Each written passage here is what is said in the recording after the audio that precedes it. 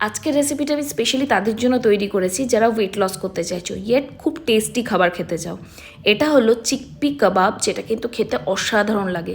আগে থেকে ভিজিয়ে রাখা কাবলি চানা সেদ্ধ করে জল ঝরিয়ে ওটাকে ম্যাশ করে নিয়ে ওপর থেকে সেদ্ধ আলু, কিছুটা রোস্টেড বেসন, তার সঙ্গে দিয়ে দিলাম কুচানো পেঁয়াজ, আদা রসুনের পেঁয়াজ, লঙ্কা কুচি, কিছুটা ধনে পাতা কুচি। এরপর কিছুটা গুঁড়ো মশলা দিয়ে দেবো, যার মধ্যে থাকবে ধনে গুঁড়ো, জিরে গুঁড়ো, লঙ্কা গুঁড়ো, black pepper powder, chaat masala, bit লবণ, তার সঙ্গে থাকবে পেরি পেরি মশলা।